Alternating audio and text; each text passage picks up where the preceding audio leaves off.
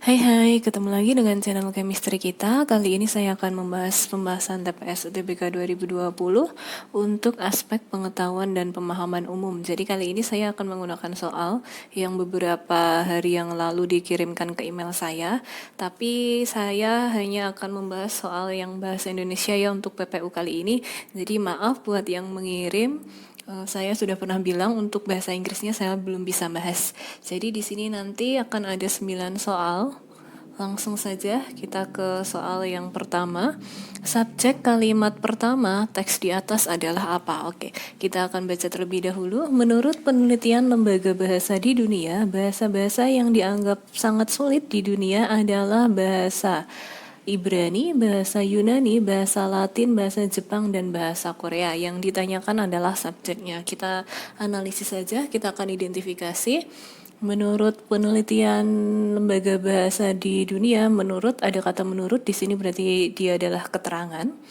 Bahasa-bahasa yang dianggap sangat sulit di dunia itu adalah subjeknya, itu adalah predikatnya. Oke, berarti jelas karena yang ditanyakan adalah subjeknya. Subjeknya tadi adalah bahasa-bahasa yang dianggap sangat sulit di dunia, sehingga nomor 1 jawabannya adalah pilihan yang B. Nomor 2, inti frasa segi kompleksitas dan tata bahasanya pada kalimat 2 teks di atas memiliki makna yang sama dengan kata di bawah ini, yaitu kata apa? Oke, kalimat kedua, kesulitan ini dilihat dari segi kompleksitasnya dan tata bahasanya. Di sini ada segi kompleksitas. Kita analisis saja, kalau kompleks itu kan berarti rumit ya. Kita akan cek kekhususan bukan ya.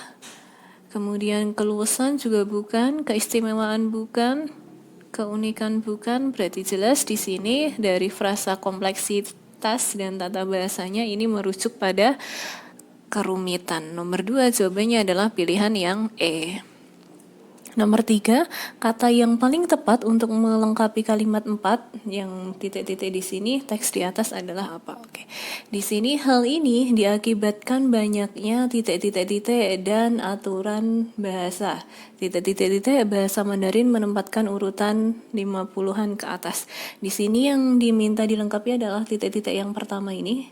Oke, di sini ada konjungsi dan aturan tata bahasa. Berarti kita harus mencari dari A sampai E mana yang bisa melengkapi titik-titik tersebut. Nah, biasanya dan itu adalah untuk kata yang berupa kesetaraan. Di sini ada aturan bahasa. Kita akan analisis saja. Partikel, saya rasa bukan. Unsur serapan bukan. Imbuhan buan, kata depan bukan. Aturan penulisan. Di sini kan sama-sama ada kata aturan. Aturan penulisan dan aturan tata bahasa. Sehingga nomor 3 jawaban yang tepat adalah pilihan yang E. Nomor 4, konjungsi yang tepat untuk mengisi bagian yang rumpang kalimat 4 teks di atas adalah yang mana? Berarti yang rumpang berikutnya. Hal ini diakibatkan banyaknya, tadi ini aturan penulisan dan aturan bahasa. Titik-titik bahasa Mandarin menempati urutan 50 ke atas. Oke, kita akan cek kalimat sebelumnya dulu. Ada kata sementara itu, bahasa Indonesia menempati bahasa tersulit ke-15 dunia. Hal ini diakibatkan banyaknya aturan penulisan dan aturan tata bahasa. Kemudian di sini ada bahasa Mandarin, berarti kan ini selain bahasa Indonesia menempati bahasa tersulit ke-15, ada juga bahasa Mandarin yang menempati urutan ke-50. Jadi kita harus mencari konjungsi yang sesuai. Tetapi bukan ya ini pertentangan, namun juga bukan, namun itu adalah konjungsi antar kalimat, jadi nanti dia di awal kalimat. Sedangkan, bisa ya. Jadi hal ini diakibatkan banyaknya aturan penulisan dan aturan tata bahasa, sedangkan bahasa Mandarin menempati urutan 50 ke atas. Jadi ini merujuk pada tadi di kalimat ketiga, sementara itu bahasa Indonesia menempati bahasa tersulit ke-15, sedangkan bahasa Mandarin menempati urutan 50-an ke atas. Kita simpan dulu. Melainkan bukan ya, melainkan itu kepertentangan juga, apalagi juga bukan. Sehingga nomor 4 jawaban yang tepat adalah pilihan yang C. Selanjutnya, teks berikut digunakan untuk mengerjakan soal nomor 5 sampai dengan soal nomor 9. Ada teks yang lumayan panjang. Pertanyaannya, apakah simpulan yang paling tepat untuk teks di atas? Biasanya di sini teks itu kalau ditanyakan simpulannya kita harus mencari uraian gagasan dalam akhir pembicaraan, tapi tetap harus merujuk pada mewakili semua isi teks dalam tiap paragraf ya. Oke, kita baca terlebih dahulu. Tidak diragukan lagi bahwa sumber pencemaran sungai merupakan segala kegiatan hidup manusia yang berkaitan erat dengan proses produksi dan proses reproduksi. Peningkatan jumlah penduduk serta turunnya standar hidup merupakan parameter yang juga ikut menentukan laju pencemaran sungai. Makin berjumlahnya penduduk dengan standar hidup yang memprihatinkan secara langsung memberikan dampak negatif terhadap lingkungan sungai. Jika diperhatikan, sungai-sungai yang mengalir di berbagai tempat, kendati kondisinya sangat menjijikan, sering dipakai untuk mandi, mencuci pakaian, mencuci piring, bahkan menggosok gigi. Sementara itu, sungai tersebut secara terus-menerus dijejali dengan timbunan sampah, air limbah, dan tinja penduduk. Makin ke hilir, warna air sungai makin hitam dan pekat. Jadi di sini intinya ada berbagai hal yang menyebabkan adanya pencemaran sungai, baik itu dari aktivitas manusia, kemudian jumlah penduduk, kemudian tadi ada rendahnya standar hidup dan sebagainya. Kemudian paragraf 2, apabila sungai tercemar, hal itu akan memberikan keleluasaan bagi bibit-bibit penyakit untuk berkembang biak. Akhirnya kesehatan masyarakat akan terganggu. Gangguan kesehatan yang banyak muncul diantaranya adalah penyakit diare, pernafasan, demam berdarah, tipus, dan lambung. Jadi di sini akibat pencemaran itu akan munculnya gangguan berbagai kesehatan. Paragraf ketiga, untuk menghindari penumpukan sampah yang sulit melapuk, perlu dibuat tempat penimbunan khusus di luar kota. Hal ini sangat baik jika sampah rumah tangga sejak dari rumah sudah dilakukan pemisahan antara sampah yang mudah lapuk dan yang sulit lapuk. Sampah ini dapat dijadikan sampah komersial atau sampah yang laku dijual untuk dijadikan produk lainnya. Sudah waktunya sampah tidak dibuang ke sungai. Khusus air buangan industri seharusnya sebelum dibuang ke sungai terlebih dahulu diolah melalui instalasi penjernihan. Jadi di sini intinya ada berbagai cara yang harus kita lakukan agar sampah itu tidak menumpuk. Jadi kita melakukan pengolahan sebelum kita buang ke tempat sampah. Oke, kita akan analisis pilihan A. Sumber pencemaran sungai adalah segala kegiatan hidup manusia yang berkaitan erat dengan proses produksi dan reproduksi. Ini bukan dia tidak menjelaskan keseluruhan isi teks, dia adalah kalimat di awal kalimat pengantarnya itu. Kemudian pilihan B, sumber pencemaran sungai berkaitan erat dengan kegiatan hidup manusia, peningkatan jumlah penduduk, serta turunnya standar hidup. Oke, kita simpan dulu, ini bisa jadi karena tadi kan ini aslinya ada di paragraf pertama, cuman nanti dia akan berkaitan dengan paragraf 2 dan paragraf 3. Kenapa bisa? Dari paragraf 2 itu kan karena ada turunnya standar hidup, kemudian adanya berbagai kegiatan hidup manusia yang dia membuang sampah ke sungai yang menyebabkan air sungai itu tercemar, dia menimbulkan gangguan kesehatan. Kemudian selain itu, ini kan di sini ada hal-hal yang bisa kita lakukan kan tadi, sampah tidak dibuang di sungai. Jadi untuk sampah rumah tangga kita harusnya sudah melakukan pemisahan antara sampah yang mudah lapuk dan yang sulit lapuk. Jadi ini ada kaitannya dengan kegiatan hidup manusia. Tapi kita simpan dulu, kita cek pilihan yang lain. Pilihan C, peningkatan jumlah penduduk dan turunnya standar hidup merupakan parameter yang menentukan pencemaran sungai. Tadi ada di sini di kalimat kedua, peningkatan jumlah penduduk serta turunnya standar hidup merupakan parameter yang juga ikut menentukan laju pencemaran sungai. Di sini ada kata juga, berarti kan dengan kata lain aslinya ada parameter lain yang dia juga menentukan pencemaran sungai. Apa? Aktivitas kegiatan hidup manusia seperti mandi, mencuci, kemudian menggosok gigi dan sebagainya. Jadi ada kaitannya dengan pilihan B tadi kegiatan hidup manusia. Jadi ini saya rasa kurang lengkap. Jadi bukan pilihan C, pilihan D, kepadatan penduduk dengan standar hidup yang memprihatinkan memberi dampak negatif terhadap lingkungan sungai. Memang ada bahwa ketika kepadatan penduduk dan standar hidup itu memprihatinkan, dia akan membuat dampak negatif pada sungai. Jadi nanti di sini air sungainya itu makin hitam, tapi di paragraf kedua ada keterangan lagi ketika air sungai itu tercemar, ada hal lain yang juga berdampak negatif, yaitu adanya gangguan kesehatan, sehingga ini kurang lengkap ya. Kemudian pilihan E, umumnya pencemaran disebabkan oleh kegiatan manusia dalam pemenuhan kebutuhan hidupnya. Di sini hanya dijelaskan kegiatan manusia, padahal ada faktor-faktor lain. Tadi ada peningkatan jumlah penduduk serta turunnya standar hidup. Jadi di sini kalau diminta kesimpulan yang paling tepat, pilihan yang paling mendekati atau yang paling sesuai hanya pilihan yang B. Nomor 6, kalimat kendati kondisi sungai sangat menjijikan sering dipakai untuk mandi, mencuci pakaian, mencuci piring, bahkan menggosok gigi.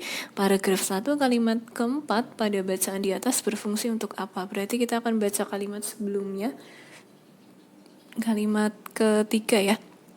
Makin berjubelnya penduduk dengan standar hidup yang memprihatinkan secara langsung memberikan dampak negatif terhadap lingkungan sungai.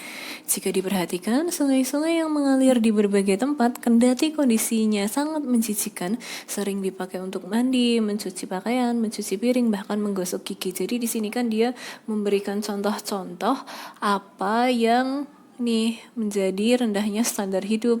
Di antaranya walaupun kondisi sungainya itu sangat menjijikan, masyarakat itu sering menggunakan untuk mandi, mencuci pakaian, dan sebagainya. Kita akan cek saja pilihannya. Pilihan A menegaskan kembali masalah yang sudah diperkenalkan sebelumnya.